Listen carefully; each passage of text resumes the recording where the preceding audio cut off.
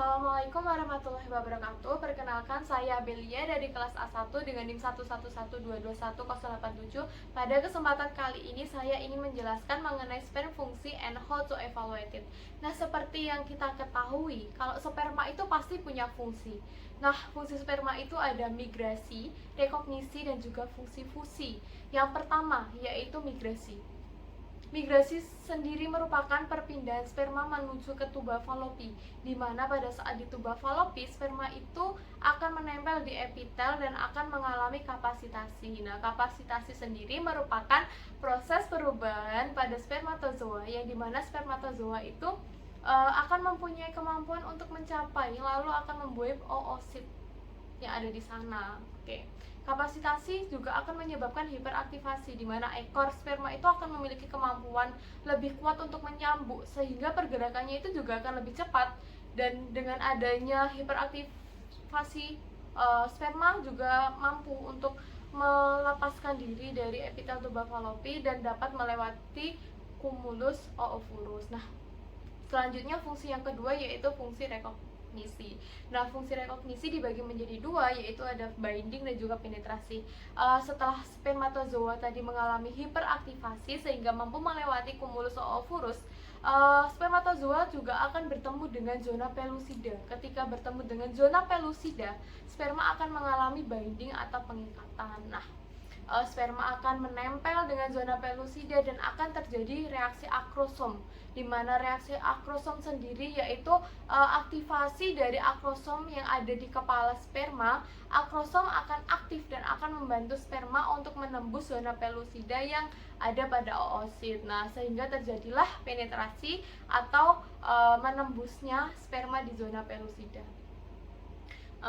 Setelah mengalami penetrasi, sperma juga akan melewati zona perifitilin dan membran plasma, yang kemudian akan terjadi fusi atau penggabungan dari dua inti sel, yaitu inti sel sperma dan inti sel oosit, yang kemudian akan menyatu dan menjadi pronukleus.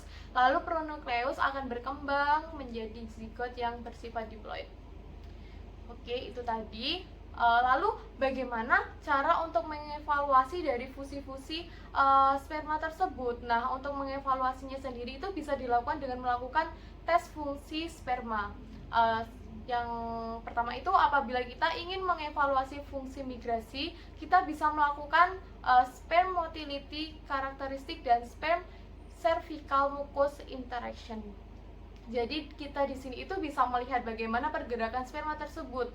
Apakah sperma bisa melewati mukus cervix, apakah bisa bergerak dengan normal, sehingga kita itu bisa memastikan fungsi migrasinya itu berjalan dengan baik. Nah, kemudian untuk mengevaluasi migrasi dan rekognisi itu bisa dilakukan dengan sperm hyperactivation.